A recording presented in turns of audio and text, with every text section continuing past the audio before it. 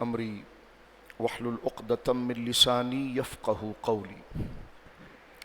الحمد للہ المبدئ المعید الغنی الحمید، والصلاة والسلام علی سید الانبیاء خاتم النبیین، سید المرسلین شفیع المذنبین، سید الاولین والآخرین، سیدنا وحبیبنا نبینا وکریمنا ومولانا محمد صلی اللہ علیہ وسلم، عبدہ ورسولہ بالہدی ودین الحق ارسلہ۔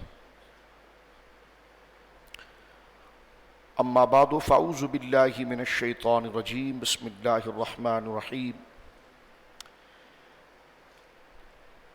اذ قالت امرأة عمران ربی انی نذرت لک ما فی بطنی محررا فتقبل منی انک انت السمیع العلیم۔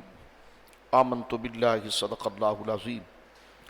ببرکۃ ان اللہ ملائکتہ یصلون علی النبی یا ایھا الذین آمنوا صلوا علیہ وسلموا تسلیما۔ اللہم صل علی سیدنا ومولانا محمد معدن الجود والکرم، منبع العلم والحلم والحکم، وآلہ وصحبہ وبارک وسلم صلاۃ وسلاما علیک یا سیدی یا حبیبی یا رسول اللہ۔ کلہم من رسول اللہ ملتمس غرفا من البحر اور رشفا من الدیم، منزہ عن شریک فی محاسنہ فجوہر الحسن فیہ غیر منقسم۔ ثم الرضا نبی بکر وعن عمر وعن علی وعن عثمان ذی الکرم۔ مولایا صل وسلم دائما سرمدا علی حبیبک خیر الخلق کلہم۔ اللہ کی حمد و ثنا نبی محترم، نبی معظم، باعث تخلیق ارض و سما صلی اللہ علیہ وآلہ آلہ وصحبہ وبارک وسلم کی بارگاہ مقدسہ میں انتہائی محبت و عقیدت کے ساتھ درود و سلام پیش کرنے کے بعد، تمام تعریف اللہ وحدہ لا شریک کے لیے ہے۔ سورہ آل عمران کے وسطانی مضامین ذکر کیے جا رہے تھے اور آیت تک نمبر 34 کا اور 36 تک کا کچھ سرسری مضمون گزشتہ جمعے تقابل ادیان کے ضمن کے اندر ذکر کرنے کی سعادت حاصل کی گئی۔ آیت نمبر 35 کی ابتدا ہو رہی ہے اور اس میں حضرت عیسیٰ علیہ نبینا علیہ الصلوۃ والسلام کی والدہ ماجدہ سیدہ مریم اور ان کی امی جان حنہ، جن کا نام ذکر کیا گیا ہے تفاسیر میں، ان کا ذکر ہو رہا ہے، اور حضرت مریم کے والد گرامی عمران نامی کئی افراد ہمیں تاریخ اسلام میں نظر آتے ہیں، گزشتہ تاریخوں میں بھی۔ ایک تو حضرت موسیٰ علیہ السلام کے والد گرامی کا نام عمران ہے، لیکن یہاں پر آیت نمبر 35 میں جس عمران کا ذکر کیا جا رہا ہے کہ اذ قالت امرأة عمران، کہ جب عمران کی بیوی نے اللہ سے عرض کی، تو یہاں پر تمام تفسیر متفق ہے کہ یہاں سے عمران کی بیوی سے مراد حضرت عیسیٰ علیہ نبینا علیہ الصلوۃ والسلام کے نانا جان ہے اور سیدہ مریم کے والد گرامی ہیں۔ تو سیدہ مریم جو ہیں حضرت عیسیٰ علیہ السلام کی امی جان، ان کا ذکر سورہ آل عمران، کیونکہ یہ آیت نزول قرآن کا آخری حصہ ہے اور اہل کتاب کی اصلاح کے لیے اور ان کی بدعقیدگی کو درستگی کی طرف لانے کے لیے یہ پورے قصے کو ذکر کیا جا رہا ہے، اور حضرت عیسیٰ علیہ السلام کی اصل حیثیت جو اللہ رب العالمین نے ان کو شان و مرتبہ عطا فرمایا تھا وہ ذکر کیا جا رہا ہے، اور اہل کتاب نے اپنی جانب سے ان کے لیے جو فرسودہ اور بدعقیدگی بنا رکھی ہے اس کا رد کیا جا رہا ہے۔ وہ انشاءاللہ اس آیت کے ضمن میں آہستہ آہستہ آئندہ جمعے میں بھی آتا رہے گا۔ ابتدائی طور پر چند شرعی مسائل ہیں۔ فرمایا اذ قالت امرأة عمران ربی انی نذرت لک ما فی بطنی محررا فتقبل منی انک انت السمیع العلیم۔ جب عمران کی بیوی نے اللہ رب العالمین جل وعلا سے یہ عرض کی اور اللہ کی بارگاہ میں دعا کی، اے میرے رب میں تیرے لیے منت مانتی ہوں، انی نذرت لک، میں تیرے لیے منت مانتی ہوں، ما فی بطنی، جو میرے پیٹ میں ہے، محررن فتقبل منی، جو میرے پیٹ میں ہے خالص تیری خدمت کے لیے میں اسے وقف کر دوں گی، تیرے گھر کے لیے یعنی بیت المقدس کے لیے میں وقف کر دوں گی، فتقبل منی، تو مجھ سے اس کو قبول کر لے، انک انت السمیع العلیم، بے شک تو ہی سنتا ہے اور جانتا ہے، تو ہی سننے والا ہے اور جاننے والا ہے۔ حضرت مریم کے جو والد گرامی تھے وہ بیت المقدس کے علماء میں ان کا شمار ہوتا تھا، اور بیت المقدس کو سنبھالنے والے جو علماء تھے، علماء نے تفسیر میں لکھا کہ 70 کے قریب علماء بیت المقدس کے اندر بیت المقدس کے اندر دین کی تعلیم پر مامور تھے، اور ان کے جو امام تھے، ان 70 علماء کے جو امام تھے وہ حضرت سیدہ مریم کے والد گرامی جن کا یہاں پر ذکر ہو رہا ہے عمران، اور یہ حضرت زکریا علیہ السلام کے ہم زلف تھے، یعنی جو خاتون حضرت زکریا کے نکاح میں تھی انہی کی سگی بہن جو تھی وہ جناب عمران کے نکاح میں تھی، اور سیدہ مریم اور حضرت زکریا کی جو اہلیہ ہے وہ سگی بہن تھی۔ تو یہ عمران کا تعارف یہاں پر ذکر کیا گیا کہ بیت المقدس کے اندر یہ تمام علماء کے سرخیل سردار اور ان میں سب سے جید عالم تھے۔ تو ان کا جب انتقال ہو گیا تو ان کی اہلیہ جو امید سے تھی، جن کا نام تفسیر کے اندر حنا ذکر کیا گیا ہے، یعنی حضرت عیسیٰ علیہ السلام کی نانی جان اور سیدہ مریم کی امی جان، ان کا نام حنا ذکر کیا گیا ہے، انہوں نے اللہ سے یہ دعا کی تھی کہ یا اللہ میرے پیٹ میں جو یہ بچہ ہے میں تیری نظر مانتی ہوں کہ تو اسے خیریت کے ساتھ انجام تک پہنچا، اور جب یہ پیدا ہو جائے گا بچہ تو میں اسے بیت المقدس کے لیے وقف کر دوں گی کہ یہ بیت المقدس کی خدمت کرے، تیرے گھر کی خدمت کرے اور تیرے دین کی خدمت کرے، اور تو سننے والا اور جاننے والا ہے۔ یہ واقعہ اپنی جگہ پر ہے، لیکن اس کے ساتھ شرعی مسائل یہاں پر کئی ذکر ہوتے ہیں، جس طرح کہ ہم نے جناب عمران کا ذکر یہاں پر کیا کہ وہ بیت المقدس کے اندر ان علماء میں ان کا شمار ہوا، اور یہاں یہ بھی ذکر کیا گیا کہ ان کی اہلیہ نے اور حضرت سیدہ مریم کی جو امی جان ہے انہوں نے نظر مانی ہے، اور قرآن کے الفاظ انی نظرت لک ما فی بطنی۔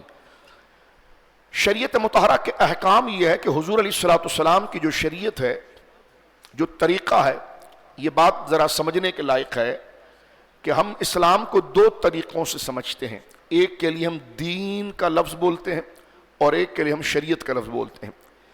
دین کا اطلاق اسلامی عقائد پر ہوتا ہے اور شریعت کا اطلاق معاشرت اور تہذیب پر ہوتا ہے۔ مثلاً اللہ رب العالمین جل وعلا کی توحید، نبی کریم علیہ السلام کی رسالت اور آخرت، یہ جو بنیادی عقائد ہیں یہ دین ہے، یہ کبھی مختلف نہیں رہے۔ حضرت آدم سے لے کر نبی پاک صلی اللہ علیہ وسلم تک دین ایک ہی رہا، عقیدہ ایک ہی رہا۔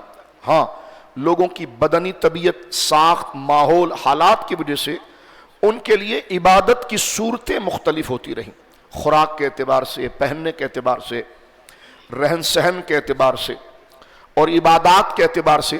تو یہ جو ظاہری اعمال ہے اور عملی شکل ہے اس کو شریعت کہا جاتا ہے، اور جو عقیدہ ہے اس کو دین کہا جاتا ہے۔ تو عقیدہ تو کبھی مختلف نہیں ہو سکتا، کیونکہ عقیدے کا جو خلاف ہوگا وہ کفر ہوگا۔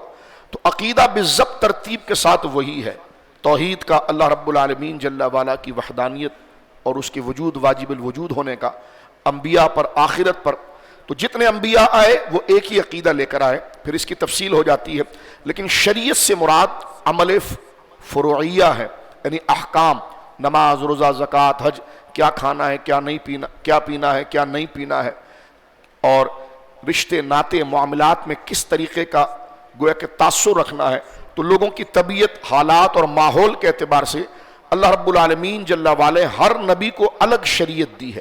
الگ شریعت سے مراد زندگی گزارنے کا جو دستور ہے اور جو احکام ہے، جو عمل کی چیزیں ہیں، احکام عملیہ ہیں، وہ مختلف رہی ہیں، لیکن دین کبھی مختلف نہیں رہا۔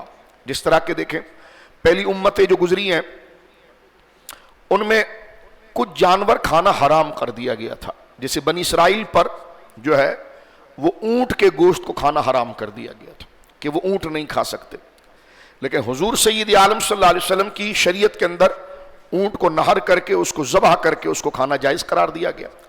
اس لیے بعض حضرات جب اسلام لے کر آئے اور وہ یہود تھے، لیکن جب انہوں نے اسلام قبول کر لیا، کیونکہ وہ ایسی تعلیم میں رہ چکے تھے جہاں پر انہیں اونٹ کے گوشت سے نفرت اور انہیں تنفر ہوتا تھا، گھن آتی تھی، لیکن جب اسلام لے کر آئے تو اسلام کے اندر تو جو ہے وہ اونٹ کا گوشت حلال ہے۔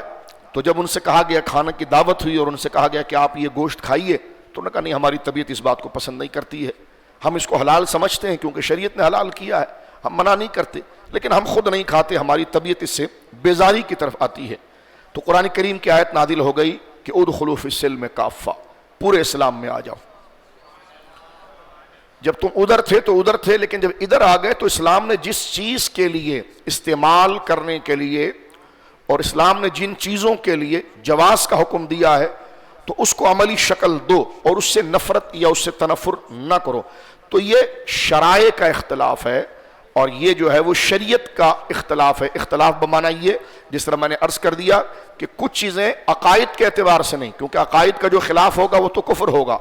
عقائد ایک ہی رہے ہیں سارے شریعتوں کے، سارے نبیوں کے، لیکن ان کے لیے جو شریعت تھی وہ مختلف کی گئی۔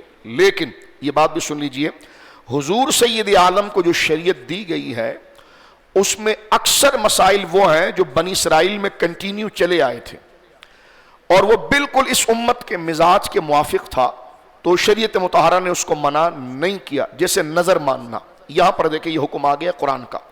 اب یہ بات نبی پاک نہیں کہہ رہے، یہ حضور کی امت نہیں کہہ رہی ہے، یہ سیدہ مریم کہہ رہی ہیں، اور سیدہ مریم جو ہے ظاہر سی بات ہے وہ بنی اسرائیل میں سے ہیں، اور وہ یہ کہہ رہے کہ انی نظرت لک ما فی بطنی، میں نے یا اللہ تیری بارگاہ میں یہ نظر مانی ہے کہ میرے پیٹ میں جو بھی بچہ ہے وہ میں تیرے گھر کی خدمت کے لیے اور تیری دین کی تعلیم کے لیے میں اس کو وقف کر دوں گی۔ تو یہاں پر آپ دیکھیے جو نظر ہے یہ اس امت کی شریعت تھی، لیکن اس کو کنٹینیو رکھا گیا اس امت کے اندر بھی، اور ہماری اس شریعت کے اندر بھی نظر کی ایک کامل حیثیت اور مقام ہے۔ نظر کی وضاحت ابھی کرتے ہیں کہ نظر کیا ہے، لیکن یہاں سے ایک بات بتانا چاہتا ہوں۔ اسی لیے امام اعظم ابو حنیفہ رحمۃ اللہ علیہ نے احکام، جس طرح بار بار میں عرض کر رہا ہوں، عقیدے سے ہٹ کر احکام جو عبادات ہیں، سادی اردو ہے سمجھ لینا چاہیے، چہرے پر اجنبیت نہ لائیں، احکام عبادات جو ہمارے ظاہر پر ہوتا ہے، جس سے ہمارا مسلمان ہونا پتہ چلتا ہے، جیسے نماز ہے، روزہ ہے، زکوٰۃ ہے، اور نکاح کی رسومات ہے، طلاق ہے، بیع ہے، تجارت ہے، لوگوں کے ساتھ معاملات ہیں، یہ جو اعمال فروعیہ ہیں جو عقائد کے علاوہ لوگوں کے لیے ہوتے ہیں، جس کو اسلام سے بھی تعبیر کیا جاتا ہے، اس کے اندر سب سے پہلی چیز کیا ہے کہ اصل فی الاشیاء اباحہ، کہ اصل میں ہر چیز، امام اعظم ابو حنیفہ رحمۃ اللہ علیہ قرآن مجید اور ان تمام آیات سے اس مسئلے کو نکالتے ہیں کہ اصل میں ہر چیز جو ہے وہ حلال ہے۔ ہاں، کسی چیز کے جائز ہونے کے لیے اتنا ہی کافی ہے کہ اس کو منع نہیں کیا گیا۔ مثلا دیکھیے، یہ نظر جو ہے یہ پچھلی امت میں چلی آئی تھی، اس امت میں بھی کنٹینیو چلتی رہی۔ کوئی کہے جناب نظر کے جائز ہونے کی دلیل کیا ہے، تو اس سے ایک ہی سوال کیا جائے گا کہ اس کو قرآن نے کہیں منع کیا ہے؟ وہ کہے گا نہیں۔ کہ حدیث میں کہیں منع کیا ہے؟ کہ نہیں۔ تو بس ٹھیک ہے، جس چیز کو منع نہیں کیا گیا یہ اسی بات کی دلیل ہے کہ وہ مسئلہ جائز تھا۔ اس کو کہتے ہیں اصول فقہ کے اندر اصل فی الاشیاء اباحہ، اصل میں اللہ نے ہر شے کو جائز بنایا ہے، لوگوں کی طبیعتیں، طبائع اور ان کے مزاجوں کے اعتبار سے اللہ نے جس چیز کو منع کرنا تھا اس کو نام لے کر منع کر دیا ہے، یا کسی اصول سے منع کر دیا ہے، اور جس چیز کو منع نہیں کرنا تھا اس کو اللہ نے ڈسکس ہی نہیں کیا ہے، اس لیے کہ جب اس کو کچھ کہا ہی نہیں ہے تو وہ جائز ہے۔ ہاں، جو ناجائز تھا اس کے لیے دلیل چاہیے، اسی لیے یہ موقف اختیار ہوا کہ جواز کی دلیل نہیں دی جاتی ہے، عدم جواز کی دلیل دی جاتی ہے۔ کوئی آپ سے پوچھے کہ اذان سے پہلے صلاۃ و سلام پڑھنا کیسا ہے، آپ کہیں گے جی جائز، کہہ لگے کیوں جائز ہے؟ آپ کہیں کہیں منع لکھا ہے؟ کہہ لگا نہیں، بس یہی جائز۔ کوئی پوچھے آپ جو ہے وہ فاتحہ شریف کرتے ہیں، ہاتھ اٹھا کر دعا کرتے ہیں، فاتحہ کرتے ہیں، بزرگوں کو ایصال ثواب پہنچاتے ہیں، یہ کیا ہے؟ جی جائز ہے۔ اس کی دلیل کیا ہے؟ کہیں منع کیا گیا اس کو؟ نہیں، کہ یہی دلیل ہے اس کی۔ تو اصل فی الاشیاء اباحہ، اصل میں ہر شے جائز بنائی گئی ہے۔ اللہ رب العالمین جل وعلا، دیکھیے اصل میں ہر چیز جائز ہے، جب اس کی حرمت آ جائے، جیسے شراب کی حرمت آ گئی تو منع ہو گیا۔ تو جائز ہونے کے لیے صرف اتنا کافی ہے کہ اس کو منع نہیں کیا گیا۔ اس پر میں ایک آسان سا قاعدہ آپ کو حدیث شریف سے عرض کرتا ہوں۔ جامع ترمذی شریف میں کتاب الاطعمہ، جہاں کھانے پینے کا بیان، کیونکہ یہ مسئلہ نظر سے نکل رہا ہے، لفظ نظر کی ہم بحث کریں گے، لیکن یہاں شریعت کے قانون بتایا جا رہا ہے کہ حضور کی شریعت پوری کی پوری ایسی نہیں ہے، بلکہ پچھلی امتوں کے اندر کچھ عبادات تھی جو شریعت مصطفیٰ کے عین موافق تھی اور سمجھ اور فکر کے موافق تھی، تو دین میں وہ ایز اٹ از کنٹینیو چلتی آ گئی، جیسے نظر ماننا۔ کیونکہ یہاں پر دیکھیں نظر جو ہے وہ حضور کی امت نہیں مان رہی ہے، یہ سیدہ مریم مانگ رہی ہے، اور یہ پچھلی امت کی بات ہے، لیکن یہ مزاج حضور کی شریعت کے مطابق تھا تو یہ کنٹینیو آگے آ گیا۔ اب نظر کے جائز ہونے کی دلیل یہ ہے کہ اس کو کہیں منع نہیں کیا گیا۔ اب آگے تھوڑی سی بات، حضور سید عالم کی خدمت میں صحابہ کرام رضوان اللہ علیہم اجمعین حاضر ہوئے اور عرض کی یا رسول اللہ گھی کھانا کیسا ہے؟ گھی جو ہم کھانے میں ڈالتے ہیں، گھی کھانا کیسا ہے؟ حضور نے کہا جائز ہے۔ کہا حضور پنیر کھانا کیسا ہے؟ حضور نے کہا جائز ہے۔ 3-4 چیزیں انہوں نے اور پوچھی تو حضور نے فرمایا رک جاؤ، جائز چیزوں کو اگر آپ گنواتے رہو گے تو ایک دفتر کا دفتر بنتا چلا جائے گا، کتابوں کی کتابیں بنتی چلی جائیں گی۔ سرکار کریم نے شاہ فرمایا دیکھو ایک قاعدہ یاد کر لو، ایک پرنسپل یاد کر لو، ایک اصول سمجھ لو، الحلال ما احل اللہ فی کتابہ، جو چیز حلال تھی اس کو اللہ رب العالمین نے نام لے کر اپنی کتاب میں حلال کر دیا، والحرام ما حرم اللہ فی کتابی، اور جو حرام چیز تھی اللہ نے اس کا نام لے کر کے یہ حرام ہے، یہ حرام ہے، یہ حرام ہے، یہ حرام ہے، اس کا نام لے کر اس کو باقاعدہ واضح کر کے اس کی شکل کے ساتھ بتا دیا کہ جناب یہ حرام ہے۔ پھر حضور آگے فرماتے وَمِمَّا سَكَتَ عَنْهُ، کچھ چیزیں ایسی ہیں جس پر شریعت خاموش ہے، کچھ نہیں کہا اس کے بارے میں، فَهُوَ عَفَا، وہ اس لیے نہیں کہا کہ وہ جائز تھا۔ تو یہاں سے آپ دیکھیے قاعدہ واضح ہو گیا، جو چیز حرام ہوگی شریعت اس کو نام لے کر حرام کرے گی، جو چیز حلال ہوگی شریعت اس کو نام لے کر حلال کرے گی، لیکن جس پر نہ حلال کی بات کی گئی ہو واضح طور پر، نہ حرام کی بات کی گئی ہو، اور وہ اپنی جگہ پر بالکل خاموش حکم ہو کہ اس کے بارے میں شریعت نے کچھ نہیں کہا، تو حضور نے فرمایا جس کو شریعت ڈسکس کرنے سے چھوڑ دے وہ مباح ہوتی ہے، کہ اس کو کر لیا جائے تو ثواب ہے، نہ کر لیا جائے تو کوئی گناہ نہیں ہے۔ تو اس کو شریعت کے اندر کہا جاتا ہے کہ اصل فی الاشیاء اباحہ، اصل میں جو چیزیں ساری ہیں وہ مباح ہے۔ اس پر ایک حدیث پاک مزید سن لیجیے آپ اباحت کے اصل پر۔ مسلم شریف کتاب الحج کے اندر ایک روایت ہے کہ جب حضور سید عالم صلی اللہ علیہ وسلم نے سن 9 ہجری میں یہ خطبہ دیا کہ لوگوں تم پر حج فرض ہو گیا ہے اور تم حج کرو، تو ایک صحابی آگے سے کھڑے ہوئے اور حضور کا یہ جو خطبہ تھا کہ یا ایھا الناس قد فرض لکم الحج فحجوا، اے لوگوں حج فرض ہو گیا ہے اور تم جو ہے وہ حج کرو۔ تو ایک صحابی کھڑے ہوئے، طالب علم تھے حضور کے، پوچھنے لگے کہ حضور بات پوری کھلی نہیں ہے، بات کھلی نہیں، نماز تو ہم روزانہ پڑھتے ہیں، یہ نہیں کہ آج فجر پڑھ لیں تو آج کے لیے تو پورے دن میں صبح کے وقت میں یہ کافی ہے، لیکن جب کل دوبارہ صبح آئے گی تو پھر ہمیں تو فجر دوبارہ پڑھنی پڑے گی، پھر اس کے بعد جب صبح آئے گی تو فجر پھر پڑھنی پڑے گی، اسی طرح ہر نماز۔ تو آپ جو یہ ارشاد فرما رہے ہیں، جیسا قرآن نے کہا کہ نماز پڑھو، تو پھر نماز کا جب وقت آئے گا نماز پڑھیں گے، تو حج کا وقت بھی ہر سال آتا ہے، ہر سال ذی الحجہ کی جناب جو ہے وہ 9 تاریخ آئے گی تو حج تو شروع ہو جائے گا، وہی حج کا دن ہے، اور آپ ارشاد فرما رہے ہیں کہ اے ایمان والے، اے لوگو حج فرض ہو گیا اور تم حج کرو۔ تو انہوں نے اس اجمال کو اپنے ذہن میں سمجھا کہ یہ اجمال ہے، اور وہ کھڑے ہو کر سوال کرنے لگے، طالب علم تھے، فی کل عام یا رسول اللہ صلی اللہ علیہ وسلم، حضور کیا ہر سال حج کریں گے ہم؟ جو آپ فرما رہے ہیں کہ حج کرو تو کیا ہر سال حج کریں گے؟ فسکت النبی صلی اللہ علیہ وسلم، حضور اس پر چپ ہو گئے، کچھ نہیں کہا۔ حضور نے پھر بات آگے چلائی، پھر جملہ بیچ میں آیا، پھر حضور نے دوبارہ دہرایا کہ حج فرض ہو گیا، وہ پھر کھڑے ہو گئے، کہ لگے حضور ہر سال حج فرض ہوگا؟ پھر حضور خاموش ہوئے. 3 دفعہ ایسا ہوا تو سرکار نے فرمایا لو کنت نعم لوجبت، مجھ سے سوال نہ کرو، اگر ہر سال فرض ہوتا تو میں تمہیں خود بتاتا، نام لے کر بتاتا. جب میں نے تمہیں یہ کہا کہ حج کرو تو عمر اپنے اطلاق پر پورا ہو جاتا ہے، تو لہٰذا جب میں نے یہ کہا کہ حج کرو تو ایک ہی دفعہ حج کرنے سے بات پوری ہو جائے گی، لیکن بعد تو جو تم قرید رہے ہو اس بات کو ہر سال ہر سال ہر سال، تو حضور نے فرمایا اگر میں ہاں کہہ دوں نا تو ہر سال ہو جائے گا. لہذا پچھلی امتیں جو ہلاک ہوئی ہیں کثرت سوال سے ہوئی ہے. بنی اسرائیل کو کہا گیا تھا گائیں کاٹو تو کہنے لگے کیسے کلر کی ہوگی، کہ جی ایسے کلر کی ہوگی، کہ عمر کیا ہوگی، جی عمر یہ ہوگی. خود اپنی طرف سے انہوں نے قریت کر اتنے سوالات کھڑے کر دیے کہ پھر وہ چیز ان کو مل نہ پائی اور ان پر عذاب آ گیا. جب تمہیں کہہ دیا یہ کام کرو تو بس کر گزرو، اس کی وضاحت نہ مانگو، یہ کیسے ہو، کس طریقے سے ہو، سفید کپڑے میں ہو، کالے کپڑے میں ہو، پیلے کپڑے میں ہو.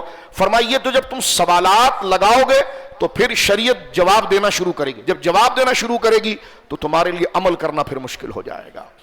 لہذا جب کہہ دیا گیا کہ یہ کام کرو تو کر گزرو، بنی اسرائیل کی طرح حجت نہ کرو.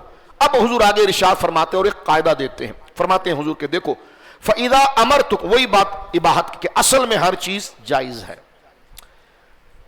مگر یہ کہ اس کا نام لے کر اس کو حرام کر دیا گیا تو حرام ہو گئی، لیکن منع نہیں کیا گیا تو نہیں ہوئی. اس کی ایک مثال حدیث سے سنیے. سرکار نے فرمایا فَإِذَا أَمَرْتُكُمْ بِشَيْءٍ فَأْتُوا مِنْهُ. میرے صحابہ جب میں کسی چیز کا نام لے کر کہوں نا یہ کرو تو پھر فوراً اس کام کو کر لو. وَإِذَا نَهِيتُكُمْ عَنْ شَيْءٍ فَدَعُوهُ. جب میں کسی چیز کو نومینیٹ کر کے کہوں یہ نہیں کرنا تو اس کو نہیں کرنا. فرمایا کہ جب میں کسی چیز کو کہوں کرو تو کرو، جس چیز کو کہوں نہ کرو تو نہ کہو. مطلب کیا ہے؟ جب جس چیز کو میں ذکر ہی نہ کروں تو اس کے بارے میں پوچھا نہ کرو، وہ چیز جائز ہوتی ہے، اس لیے اس کو ذکر نہیں کیا گیا. مثلا یہ کوئی اختلافی مسئلہ نہیں، ادھر بھی اور ادھر بھی فتاووں میں یہ بات لکھی گئی ہے. کسی نے پوچھا کہ میں سورہ فاتحہ پڑھنے کے بعد جب سورت ملاتا ہوں نماز کے اندر تو کیا میں بسم اللہ پڑھ لیا کروں، اور اگر بسم اللہ پڑھ لیا کروں سورت سے پہلے تو اس کی دلیل کیا ہے؟ تو ادھر کے علماء نے بھی یہ جواب دیا کہ جائز ہے. تو پوچھا کہ جائز ہونے کی دلیل کیا ہے؟ کہ اللہ رسول نے منع نہیں کیا. کیا جواب ہے؟ اللہ رسول نے منع نہیں کیا. کہ فتاوی دارالعلوم دیوبند میں بھی مسئلہ درجن جگہ پر ہے. کہا جی منع نہیں کیا. تو ہم کہتے ہیں یہی وہ اصول ہے کہ جب منع نہیں کیا. اس میں ایک بات عرض کرنا چاہتا ہوں، سعودی عرب کے مفتی اعظم گزرے ہیں عبداللہ بن باز، ان کے فتاوی ریاض سے شائع ہوئے ہمارے پاس رکھے ہوئے ہیں. صرف یہ بات بتانے کے لیے کہ پرنسپلز جو ہے نا یہ اختلافی نہیں ہے، یہ اصول اختلافی نہیں، یہ اصل ہے. ان کے فتاوی ریاض سے شائع ہوئے، وہ ہمارے پاس موجود ہیں. اس میں سوال ان سے پوچھا گیا، جناب عبداللہ عزیز بن باز سے ایک سوال پوچھا گیا. اور ایک بندہ پوچھتا ہے کہ میرے بدن کے اوپر گھنے بال ہیں، سینے پر میرے بہت بال ہیں، ہاتھوں پر میرے بہت بال ہیں، مجھے گرمی بڑی لگتی ہے، تو میں آپ سے یہ پوچھنا چاہتا ہوں کہ میں اپنے سینے کے بال نکالنا چاہتا ہوں، ریموو کرنا چاہتا ہوں، ہاتھ کے بال ریموو کرنا چاہتا ہوں، لیکن میری جو ہے وہ عیسائیوں سے مشابہت نہیں ہے، میں اپنی طبیعت کے لیے کرنا چاہتا ہوں، تو کیا یہ کرنا میرے لیے جائز ہے؟ یہ سوال اس نے پوچھ لیا. اب شیخ عبدالعزیز بن باز اس کا جواب کیا دیتے ہیں؟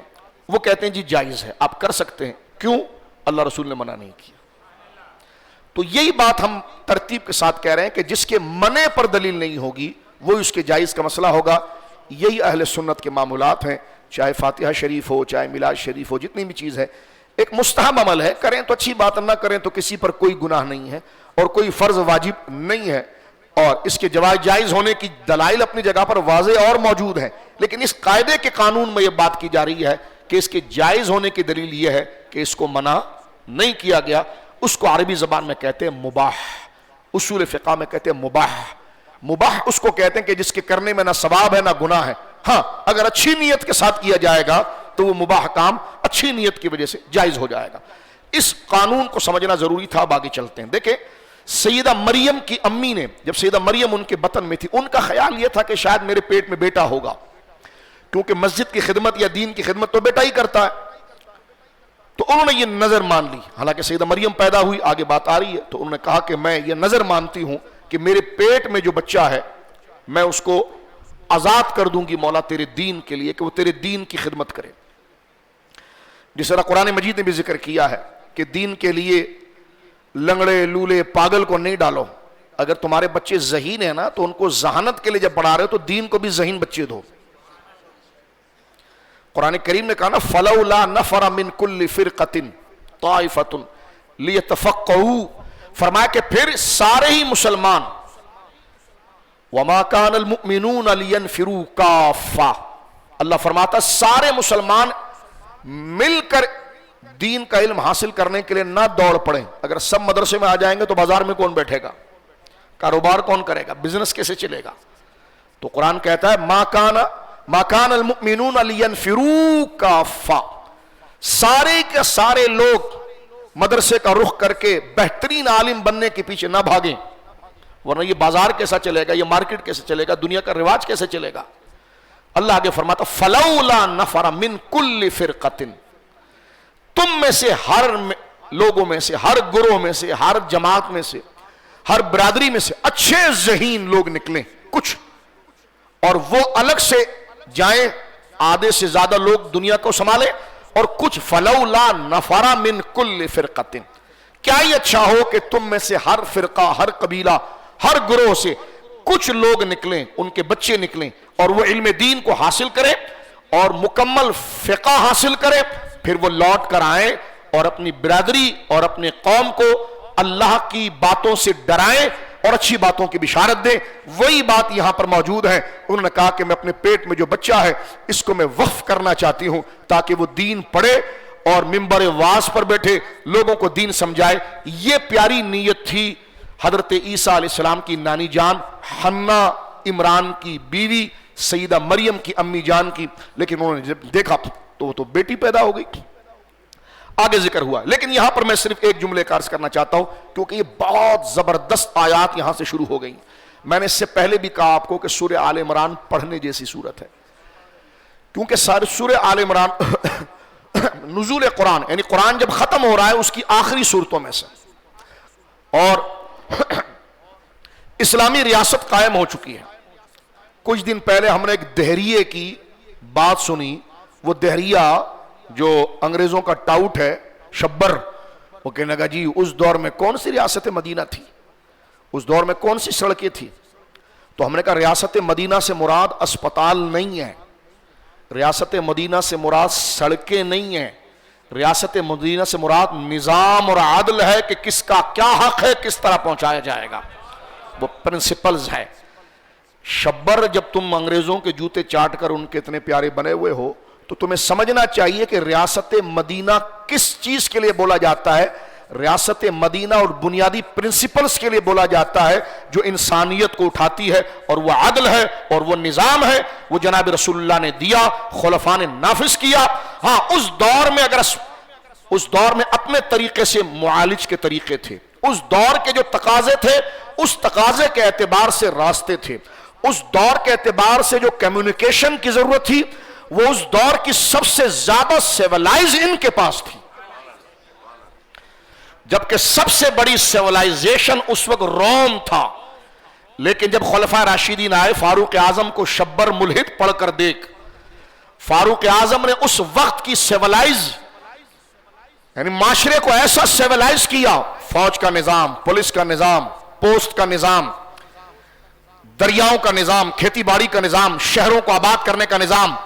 اس دور میں فاروق اعظم کا یہ تھا کہ آپ نے مختلف شہر سے شہر بنائے، کیونکہ سارا برڈن ایک ہی شہر پر آ جائے گا تو پھر اس کے سیوریج کے مسائل تو فلاں مسائل تو فلاں مسائل تو رہنے کے مسائل.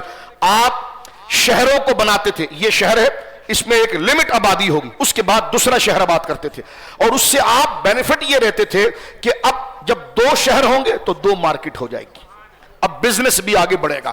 اسی طرح کوفہ ہو یا دیگر اور شہروں، یہ حضرت فاروق اعظم نے اپنے دور میں بنائے ہیں. کوفہ پہلے کبھی نہیں تھا، وہ ایک صحرا تھا.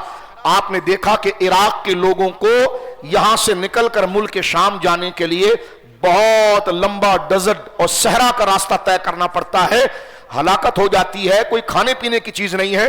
تو آپ نے کہا کہ جناب شام اور اس علاقے کے درمیان ایک نیا شہر ڈیولپ کیا جائے، اور جس کو آپ ٹیکسٹائل زون کے اعتبار سے کہتے ہیں کہ جب آج کی سیولائزیشن کیا ہے آج کہ جناب شہر سے ہٹ کر ایک ٹیکسٹائلائز زون بنتا ہے، گورنمنٹ خود اس زمین کو ڈیولپ کرتی ہے، اس کو بناتی ہے، بجلی مہیا کرتی ہے، آسانیاں کرتی ہے، اور ٹیکس فری ہوتا ہے کہ آپ شہروں سے نکلیں اور ادھر آئیں اور اس مارکیٹ کو آباد کریں، یہاں پر یہ کام کریں۔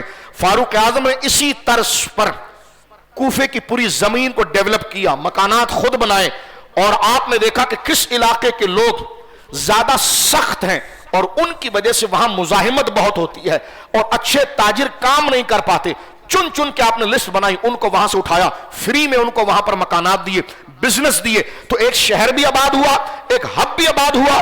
یہ ہے شبر ملحد ریاست مدینہ۔ کبھی پڑھ کر تو دیکھ حضرت فاروق اعظم رضی اللہ پوسٹ۔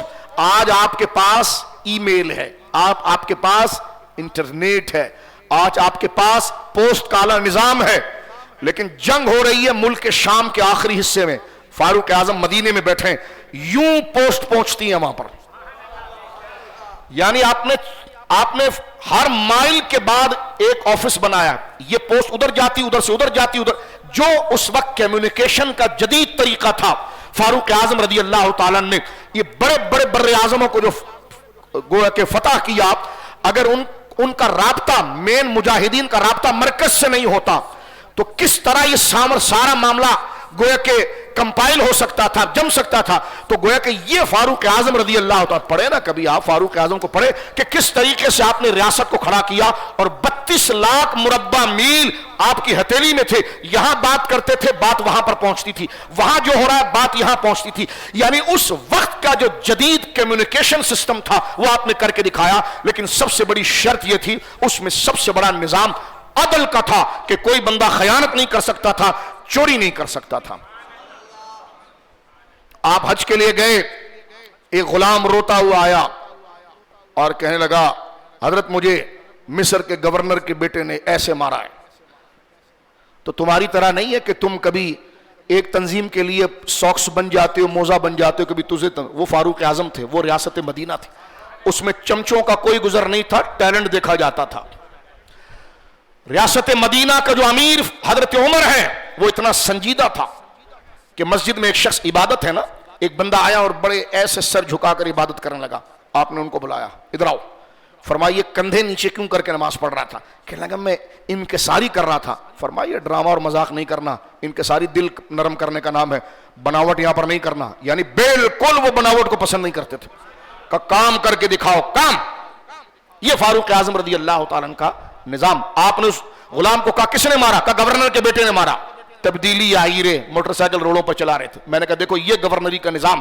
حضرت فاروق اعظم رضی اللہ تعالیٰ نے بلایا اور سرے دس اسی وقت فیصلہ ہوا، گورنر کو بلایا گیا اور کوڑا دیا اس کے۔ ایک میں سمپل سادے ذہن کے جو بچے بیٹھے ہیں ان کو سمجھانے کے لیے یہ میری ریاست مدینہ ہی درست ہے، اس پر جو میری دلیل ہے وہ یہ نہیں ہے، وہ دلیلیں تو بہت اونچے درجے کی، یہ تو میں ایک سمپل واقعہ سنا رہا ہوں جو ایک سادہ ذہن کا بندہ ہے وہ سمجھ لے کہ ریاست اسپتالوں روڑوں سے نہیں بنتی، ریاست عدل سے بنتی ہے۔ تمہاری عدالتیں کلپس کر گئی، حضرت فاروق کے دور میں یہ عدالتیں نہیں تھی۔ حضرت فاروق اعظم نے کوڑا دیا، فرمایا مار اس کو، اور جب تک مار جب تک تیرا دل ٹھنڈا نہ ہو۔ اور جب اس غلام نے گورنر کے بیٹے کی پٹائی شروع کر دی کہ جس نے اس غلام سمجھ کر اس کو مارا تھا، جب غلام نے کہا میرا بدلہ پورا ہو گیا تو اس مصر کے گورنر کو آپ نے بلایا اور نام لے کر فرمایا کیوں تو نے اور تیرے بیٹے نے لوگوں کو غلام بنا لیا ہے؟ اللہ نے ان کی ماں کے پیٹ میں انہیں آزاد پیدا کیا تھا۔ یہ انصاف آپ پر سعد بن ابی وقاص نے کیس کر دیا۔ آج تم عدالتوں میں جاتے ہو، رات کو 12 بجے عدالت لگاتے ہو، دینی تنظیم ہو تو کچھ بھی نہیں۔ ابھی ایک نیا قانون ہماری عدالت نکالتی ہے کہ ضرورت کے حوالے سے کچھ چیز کر لینی چاہیے، ضرورت کے حوالے سے کچھ چیز کر لینی چاہیے۔ تو میں نے کہا جتنی باتیں اس دور میں فوج کے خلاف اور عدالت کے خلاف کی جا رہی ہے، یہ تو مذہب کا بندہ تھا جو سب کے لیے دعا کرتا تھا اور اس کے لیے مقصد نیک تھا، اس کے بعد بھی کوئی عدل رہ جاتا ہے؟ اس دور میں تو یہ موجودہ 10-12 دن میں تو تمہارے بھیانک چہرے واضح ہو گئے ہیں کہ تم دین نہیں چاہتے، تم مستی ڈنگا مستی چاہتے ہو۔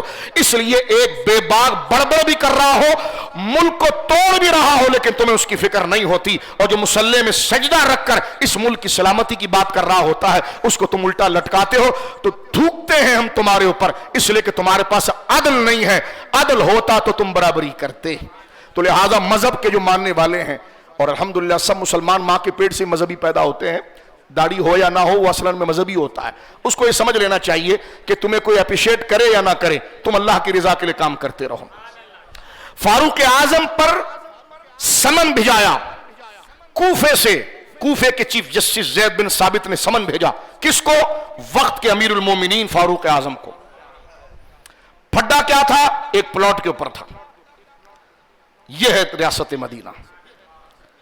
تم نے اتنا بڑا پہاڑ ہڑپ کر دیا، کروڑ روپے میں پوچھنے والا ہی کوئی نہیں ہے۔ واہ واہ واہ۔ اور شبر جیسے ملحد، ان سے پوچھا جائے کہ ان کی شب و روز کیسے گزرتی ہیں۔ توجہ کیجئے آپ، اگر اچھی چیز کا نام غلط بندہ استعمال کرے تو اس کی غلطی کو بولا جائے، اچھی چیز کے بارے میں برا نہ کہا جائے۔ جتنا تو نے گورے کے تلوے چاٹے ہیں، کاش تو صحابہ کو پڑھتا تو تجھے پتا چلتا کہ ریاست ہوتی کیا ہے۔ اب ذرا غور سے سنیے، زید بن ثابت کوفے کے چیف جسٹس ہیں، انہوں نے سمن بھیجا ہے امیر المومنین فاروق اعظم کے خلاف۔ میرا لگایا ہوا جج میرے خلاف بول رہا ہے۔ یہ ہے ریاست مدینہ کہ جو حق ہوگا وہ بات کریں گے۔ اور ادھر مدعی کون بن رہا ہے؟ سعد بن ابی وقاص۔ مسئلہ کیا ہے؟ ایک پلاٹ کے اوپر فاروق اعظم پیشی کے لیے کوفہ جا رہے ہیں، اور عدالت میں جب آپ داخل ہوتے ہیں تو آپ کو دیکھ کر جو چیف جسٹس زید بن ثابت، وہ جانتا ہے نا یہ عمر ہے، لیکن ایک بات آ گئی الزام کی، اب تو کلیئر کرنا ہے۔ جیسے فاروق اعظم عدالت کے اندر داخل ہوئے وہ کھڑے ہو گئے، وہ کرسی سے کھڑے ہو گئے آپ کے روب سے۔ آپ نے کچھ نہیں کہا، اپنا جو سوال تھا آپ پر جو بات تھی اس کا جواب دیا۔ دینے کے بعد جب آپ باہر آ گئے، معاملہ ختم ہو گیا، اس کے بعد آپ نے زید بن ثابت کو بلایا اور فرمایا یہ طریقہ تم نے ٹھیک نہیں کیا۔ اس وقت امیر المومنین نہیں آیا تھا بلکہ تمہاری عدالت میں ایک شخص آیا تھا، تم میرے روب میں کھڑے کیسے ہو گئے؟ یہ ہے ریاست مدینہ۔ خیر ان بدترین لوگوں کے منہ پر جتنا جوتا مارا جائے کم ہے۔ یہ غلیظ لوگ ہیں، شراب اور پیشاب سے منہ دھونے والے۔ ان غلیظوں کی کیا بات کی جائے، کہاں وہ روشن زمانہ، کہاں ان کی غلاظت اور بدبختیاں ہیں۔ اللہ اکبر۔ بات کو ختم کرتے ہیں، غور کیجئے۔ فرمایا انی نظر تو لک ما فی بطنی محررن، کیونکہ یہ کرنٹ ایشوز ہے نا، کیونکہ جمعے کے دن ہم وہ بات بھی کریں گے جو آسمان کے اوپر ملے گا، جمعے کے دن وہ بات بھی کریں گے جو زمین کے نیچے پوچھا جائے گا، اور جمعے کے دن وہ بات بھی کریں گے جو زمین کے اوپر کرنا ہے۔ صرف وہ باتیں نہیں ہوں گی کہ وہاں کیا ہوگا یہاں کیا ہوگا، اب یہ کہ جو یہاں پر کیا ہوگا، قبر میں کیا ہوگا وہ بھی ڈسکس ہوگا، جنت میں کیا ہوگا وہ بھی قرآن بتائے گا۔ لیکن تم ابھی زندہ ہو تو تمہارے لیے زمین کے تختے پر کیا ہے، اس چیز کو چھوڑ دیا جائے تو وہ بندہ قیامت کے دن، میں نے اس سے پہلے عرض کیا کہ وہ علماء پکڑے جائیں گے کہ جو لوگوں کے سامنے حق بات کو دیانت کے ساتھ کیوں واضح نہیں کرتے۔ باقی آپ خود سمجھدار ہیں، سوشل میڈیا آزاد ہے، کس کے بارے میں کیا ہو رہا ہے، کس سے کیا پکڑا جا رہا ہے، کس سے کیا نکلا جا رہا ہے، کس سے کیا ہو رہا ہے، وہ ساری بات میں تو قرآن کریم میرے ہاتھ میں دعا کرتا ہوں مولا یہ غریبوں کا وطن ہے پاکستان۔ آج بھارت کے اندر دیکھو مسلمانوں کا کیا حال ہے۔ تم انگریزوں کے ٹاؤٹ ہو، تم یہاں پر پڑھتے اس لیے ہو کہ تمہیں وہاں کا ویزا نکل جائے، تم دفع ہو جاؤ یہاں سے، تمہارے کو یہاں سے کیا کرنا ہے۔ تم تو ابن الوقت اور ابن الفلوس ہو، تمہارا باپ بھی پیسہ، تمہاری ماں بھی پیسہ، تمہارا دین بھی پیسہ، تم کیا جانو پاکستان کیا ہے۔ پاکستان غریب مسلمانوں کا کی وہ چھت ہے کہ جس میں وہ آزادی کے ساتھ اپنے دین کا نام لیتے ہیں اور اپنے سماج کو سدھارنا چاہتے ہیں۔ خدا ان غنڈے، بدماش، بدکار، بد زبان سیاستدانوں سے اللہ میرے اس ملک کو بچائے۔ آج یہ مسجدیں آباد ہیں، پاکستان کا صدقہ ہے۔ آج یہ میناروں پر اذانیں گونج رہی ہے، یہ پاکستان کی وجہ سے۔ میں کہنا چاہتا ہوں اس وقت جو حالات چل رہے ہیں، دین کی سب سے بڑی خدمتوں میں بڑی خدمت یہ ہے کہ پاکستان میں نظام مصطفی کی جدوجہد کی جائے اور پاکستان کے وقار اور اہمیت کو نظروں سے گرنے نہ دیا جائے۔ یہ بات میں اداروں سے کہہ رہا ہوں، آپ کی ذمہ داریاں ہیں کہ آپ دفتروں میں بیٹھے ہیں، آپ کی ذمہ داری کے گلی کوچوں کے اندر آپ کی یہ ذمہ داری ہے کہ آپ حب الوطنی کے جائز جذبے کو اجاگر کریں، یہ آپ کی ذمہ داری ہے۔ ورنہ یہ وطن جس طرح کہا جائے تین خدا تجھے تین ٹکڑے کر دے، اللہ میرے اس پاکستان کو قیامت تک سلامت رکھے۔ کتنی بڑی غلاظت۔ ہمارا تعلق کسی سیاسی جماعت سے نہیں، ہم پاکستانی بھی الحمدللہ تعالی۔ تو لہذا یہ قرآن درس دے رہا ہے، اس کی بات ہم آگے کر رہے ہیں. فرمایا کہ میں نے نظر مانی ہے. نظر شریعت مطہرہ کے اندر بھی ہے. میرے دوستو ذرا توجہ سنا. جس کی طبیعت پر گرا گزرے تو شاید اس کا پیٹ بھرا ہوا ہوگا یا ذہن معطل ہوگا، لیکن جسے ان زمین میں سوئے ہوئے شہیدوں کی یاد ہوگی اور اپنے اجداد کی. کیا تم یہ چاہتے ہو کہ یہاں پر پھر وہ سامراتی راج ہو اور ہمارا مسلمان بچہ ہندو کی دھوتی دھو رہا ہو اور اس کے جوتے کو پالش کر رہا ہو اور ہماری قبروں کو ہتھوڑوں سے توڑا جا رہا ہو؟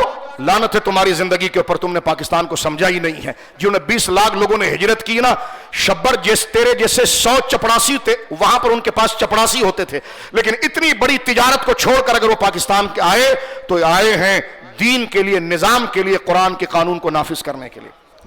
تو لہٰذا ہمارے جو ادارے ہیں ان کی یہ ذمہ داریاں ہیں. 14 اگست گزر جاتا ہے، ہمارے گھر درخت بازار بھائیں بھائیں کر رہے ہوتے ہیں. ہمارے تو کچھ چینل ایسے ہیں جو 14 اگست کو بھی انڈین فلمیں چلاتے تھے، پھر کہتے جی ہم ریاست چلا رہے ہیں. میں نے کہا جھک مار رہے ہیں آپ بیٹھ کر، آپ کو پتہ ہی نہیں کہ ہو کیا رہا ہے. اگر جذبہ ہی ختم ہو جائے گا، اور بغاوت کیسی ہوتی ہے، قومیں جذبے پر چلتی ہے. ایک بندہ اللہ نے فرمایا قلیل کثیر پر غالب آ جاتا ہے. کب؟ جب جذبہ ہو. جب جذبہ ہی مر جائے، کسی کو پتہ ہی نہ ہو کہ پاکستان کے جھنڈے کی کیا قدر ہے، اس کو کس طرح حاصل کیا گیا ہے. اب تو ہندو یہ کہہ رہا ہے سنو پاکستانیوں، وہ ہر جگہ سے ایک مندر نکال لیتا ہے، سوشل میڈیا پر دیکھ رہے ہیں. اب تو وہ کہہ رہا ہے کہ اجمیر میں جہاں خواجہ صاحب آرام کر رہے ہیں یہ بھی مندر تھا، اس کو بھی ہم توڑیں گے اور مندر بنائیں گے. اب بھی تمہیں پاکستان کی قدر شاید نہیں آئی. لیکن جن کا باپ ڈالر ہو، جن کی ماں ڈالر ہو، جن کا دین ڈالر ہو، وہ دنیا کے کتے اس غیرت کو کبھی نہیں سمجھ سکتے.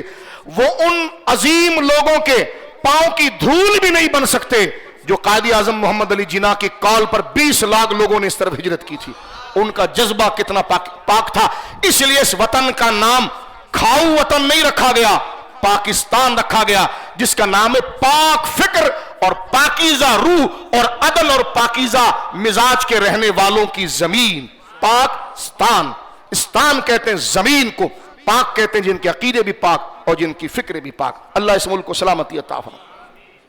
میرے دوستو بزرگوں، اس بات کو سماعت فرما لیجئے ایک 2-4 جملوں کے اندر کہ نظر کس کو کہتے ہیں. ہمارے علماء نے نظر کی تعریف یہ کی ہے، بعد میں پھر اس مسئلے کو کنٹینیو کریں گے ہم آپ کے سامنے، کہ جو کام اللہ تعالیٰ کی عبادت، جو کام اللہ تعالیٰ کی عبادت کا ذریعہ ہو، جو کام اللہ تعالیٰ کی عبادت کا ذریعہ ہو مگر وہ انسان پر لازم نہ ہو. جیسے نفل نماز اللہ کی عبادت کا ذریعہ ہے، نفل روزہ ہم پر لازم تو نہیں ہے نا، رکھے نہ رکھے. نفل نماز ہم پر لازم تو نہیں ہے، رکھے نہ رکھے. نفل صدقہ کرنا، جو بھی عبادت کے طریقے، صدقہ کرنا، جناب جو ہے وہ کوئی مسجد شریف بنا لینا، کوئی مدرسے کی خدمت، جتنے بھی نیک کام ہیں جو ہم پر لازم نہیں، لازم تو ہم پر نماز روزہ لازم و مناد، وہ ہمارے لیے واجب اور فرض نہیں، لیکن ہے وہ عبادت ہی کی قبیل سے، اسی کے اس میں سے. تو ایسی عبادت جو ہم پر لازم نہ ہو، بندہ ان میں سے کسی بھی کام کو یا کسی بھی بولی کو اپنے اوپر لازم کر لے، اس کو نظر کہتے ہیں. اس کو نظر کہتے ہیں. یا اللہ اگر میرا کام ہو گیا، میرا مریض نے اگر شفا پالی تو میں 10 مسکینوں کو کھانا کھلاؤں گا، یہ نظر واجب ہو گئی. ایک تو اللہ کے لیے کی تھی، دوسرا یہ کہ اس نے ایسے کام کو اپنے اوپر لازم کیا جو عبادات کے ہی قبیل سے تھا، کیونکہ غریبوں کی مدد کرنا عبادات میں سے قرآن کا حکم ہے، لیکن وہ کام اس پر لازم نہیں تھا، نفل تھا، لیکن اس نے اس کام کو اپنے اوپر لازم کیا کہ اگر میرا مریض شفا پا گیا تو یا اللہ میں اتنے غریبوں کو کھانا کھلاؤں گا، میں اتنی نمازیں پڑھ لوں گا نفلی، میں اتنے نفلی روزے رکھ لوں گا. تو جو وہ کہتا چلا جائے گا اس کو نظر شرعی کہتے، اور وہ چیزیں ایز اٹ از اس کو پوری کرنی ہوگی جس طرح وہ زبان سے کہے گا. یہ نظر شرعی کا حکم ہے. ہمارے فقہا لکھتے ہیں نظر شرعی کی 3 شرطیں ہیں. جس شے کی نظر مانی جا رہی ہے، یعنی جس چیز کی آپ نظر مان رہے ہیں، جس چیز کی آپ نظر مان رہے ہیں، مثلا یہ نظر نہیں ہو سکتی جو طبیعت سے متعلق ہے، مثلا کہ میرا مریض صحیح ہو گیا تو میں 11 دفعہ سانس لوں گا، تو یہ تو عبادت کے قبیل ہی سے نہیں ہے کوئی. میرا مریض اگر صحیح ہو گیا تو میں ظہر کے بعد سونے کی عادت ڈال لوں گا اپنے پر، تو یہ نظر نہیں ہوگی۔ نظر کی پہلی شرط یہ ہے کہ جس چیز کی نظر مانی جا رہی ہے، اپنی قسم کو جس چیز کے ساتھ جوڑا جا رہا ہے وہ عبادت ہو، عادت نہ ہو، وہ عبادت سے ہو۔ سونا تو ہماری عادت ہے، کھانا تو ہماری عادت ہے، میرا مریض صحیح ہو گیا تو میں فلاں کھانا کھا لوں گا، تو یہ تو عادت ہے، میں سو جاؤں گا۔ تو نظر وہ ہے جو جس چیز کی نظر مانی جائے، یا اللہ میرا مریض ٹھیک ہو جائے، تو جس چیز کے ساتھ وہ نظر مانی جا رہی ہے وہ نظر عبادت ہونی چاہیے۔ مثلا یہ کہے کہ میں اتنے نفل پڑھوں گا، میں اتنے نفلی روزے رکھوں گا، میں اتنے غریبوں کو کھانا کھلاؤں گا، میں مسجد شریف بنا دوں گا، میں مدرسہ بنا دوں گا، میں کسی غریب کی مدد کر دوں گا، غریب رشتہ داروں کی مدد کر دوں گا، تو ایز اٹ از اس طریقے سے وہ نظر جائز ہو جائے گی۔ ایک بات۔ دوسری بات یہ ہے، ہمارے فقہا لکھتے ہیں کہ وہ عبادت جس کے ذریعے وہ نظر مان رہا ہے، وہ عبادت کسی نہ کسی مقام پر واجب بھی ہو۔ دیکھو جیسے وہ نظر مان رہا ہے، ایک تو جس چیز کی وہ نظر مانے گا، وہ نظر جس چیز کی مان رہا ہے وہ چیز عبادت ہو، جیسے نماز اب نفل کی مان رہا ہے، پھر وہ عبادت جو ہے کسی نہ کسی جگہ پر ہم پر ضروری بھی ہو۔ اب آپ نے نفل نماز کی نظر مانی، منت مانی، وہ اس لیے ٹھیک ہے کہ یہی نماز کی قسم ایک جگہ پر فرض بھی ہے، جیسے فجر، ظہر، عصر، مغرب، عشاء، یہ اپنی جگہ پر فرض بھی ہے۔ تو لہذا جس چیز کی نظر مانی جا رہی ہے وہ عبادت میں سے ہو، اور وہ عبادت کسی نہ کسی ایسی عبادت کی نظیر ہو، مثال ہو کہ جو عبادت ہم پر فرض ہے۔ میں نفل روزے کی مدد مان رہا ہوں، کیوں نفل روزے کی مدد مان رہے ہیں آپ؟ اس لیے کہ ایک تو یہ عبادت ہے، دوسرا یہ کہ میں اس کو نفل اس کی مدد مان رہا ہوں کہ جس کی قسم کی ایک چیز فرض ہے، جیسے رمضان کے روزے۔ تو اب یہ نفل روزے اور رمضان کے روزے، تو نفل روزہ رمضان روزے ہی کی قسم سے ہے، اور یہ ضروری نہیں تھا، اس نے اپنے آپ پر ضروری کیا، اور یہ عبادت کی جہت سے تھا۔ تو یہ دوسری شرط ہے۔ پہلی شرط جس شے کی نظر مانی جائے وہ عبادات سے ہو، دوسری شرط وہ عبادات کسی نہ کسی مقام پر واجب ہو، اور تیسری شرط نظر صرف اللہ کی مانی جائے، غیر خدا کی نظر نہ مانی جائے۔ ہمارے عرف کے اندر یہ جملہ جو کہا جاتا ہے، میرا کام ہو جائے گا تو میں فلاں مزار شریف پر چادر چڑھا دوں گا، میرا فلاں کام ہو جائے گا تو میں میلاد شریف کی محفل کروا لوں گا، میرا فلاں کام ہو جائے گا تو میں 11ویں شریف کراؤں گا، تو یہاں وہ لفظ نظر کا بولتا ہے، لیکن اصل میں یہ نظر نہیں ہے، کیونکہ نظر ہونی چاہیے وہ کہ جس قسم کی عبادت پہلے فرض ہو۔ تو میلاد کبھی فرض ہی نہیں ہے، چادر چڑھانا یہ کبھی فرض ہی نہیں رہا کہ ہم اس کو شاخ بنائیں، لیکن لوگ اس کو نظر کہتے ہیں۔ تو لوگوں کا ایک محاورہ ہوتا ہے، وہ نظر شرعی نہیں۔ اگر وہ چادر نہ بھی چڑھا سکا تو گناہگار نہیں ہوا، اگر وہ کھانا اس نظر سے جو بزرگوں کے اصال ثواب کی نیت کی ہے اس نے کہ میرا فلاں کام ہو گیا تو میں غوث اعظم کے نام کی نظر مانتا ہوں، تو نام کی نظر یہ ظاہری لفظ ہے، مراد اس سے اصال ثواب ہوتا ہے۔ اب اگر اس نے یہ کہا کہ میں نے عبداللہ شاہ غازی کی مزار پر جا کر فاتحہ پڑھنا ہے، ٹھیک ہے، میں نظر مانتا ہوں، تو لفظ نظر کہہ کے، کیونکہ نظر تحفے کے معنی میں بھی آتا ہے، یعنی میں ان کو تحفہ پیش کروں گا، یعنی ان کی خدمت میں کچھ قرآن کی آیات اور نیکیاں کر کے ثواب پیش کروں گا۔ اب چاہے وہ کسی اور دربار شریف پر بھی جا کر اگر دعا کر لے تو یہ جائز ہے، نہیں بھی جا سکا تو یہ بھی جائز ہے، اس لیے کہ نظر شرعی جو ہے وہ ہے جو عبادات کے قبیل سے ہو، اور ایسی عبادات میں سے ہو جس کی قسم کی ایک عبادات پہلے ہم پر فرض یا واجب ہو چکی ہو، اور وہ اللہ کے لیے ہو۔ اور یہ جو ہمارے وہاں عرف میں نظر کا جملہ بولا جاتا ہے، یہ نہ شرک ہے، یہ بھی سن لیجئے، نہ یہ شرک ہے اور نہ یہ ناجائز ہے۔ ہم عام لوگ نظر کا جملہ بولتے ہیں، لیکن وہ نظر کا جملہ وہ شرعی معنی میں نہیں بولتے، احصال ثواب کی نیت سے بولتے ہیں۔ لہٰذا مفتی وہی ہوتا ہے کہ فتویٰ شرک کا دینے سے پہلے اہل زمان کی نیت کو جانے۔ اگر ایک بندے نے کہا کہ میرا کام ہو گیا تو میں جناب جو ہے وہ فلاں بزرگ کے نظر مانتا ہوں کہ اسے 11ویں شریف میں پیش کروں گا، تو یہ مفتی کو اتنا پتا ہونا چاہیے یہ جملہ ہمارے وہاں بطور عبادت کے نہیں بولا جاتا، بطور احصال ثواب کے بولا جاتا ہے، ٹھیک ہے، بطور احصال ثواب کے بولا جاتا ہے۔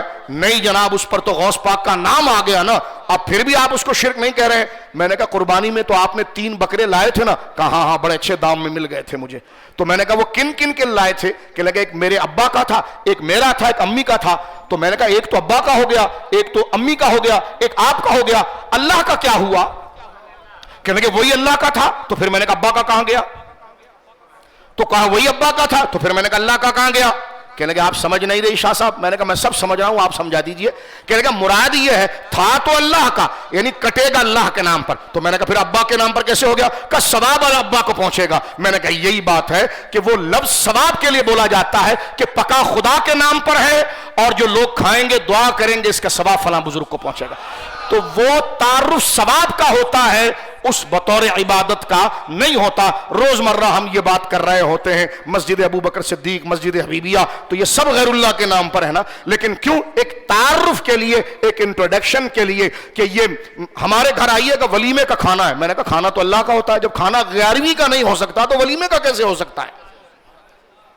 جب کھانا 11ویں کا حرام ہے تو ولیمے کا کیسے جائز ہے؟ کہ لیکن نہیں وہ تو کھانا اللہ ہی کا. تو پھر میں نے کہا ولیمے کا کیسے؟ تو کب ولیمے کا نام اس کے تعارف کے لیے رکھا ہے. یہ بکرا میرا ہے تو پھر اللہ کا کیا ہوا؟ فرمایا نہیں، مطلب یہ کہ کٹے گا اللہ کے نام پر، ثواب مجھے ملے گا، میرے والد کو ملے گا. تو ہم نے کہا اسی طرح یہ کہا جا رہا ہے وہ پکے گا اللہ کے نام پر، بٹے گا اللہ کے نام پر. اور کیونکہ اس طرح کا کام کرنا عبادت اور ثواب کا کام ہے تو اللہ ثواب عطا فرماتا ہے. تو غوث پاک کا نام یا کسی بزرگ کا جو نام لیا گیا ہے وہ صرف ایصال ثواب کے لیے لیا گیا ہے اور ان کے ثواب کی پہچان کے لیے کیا گیا ہے. اللہ رب العالمین اس مسئلے کو سمجھنے کی توفیق عطا فرمائے اور پاکستان کی اللہ حفاظت فرمائے. وآخر دعوانا الحمدللہ رب العالمین.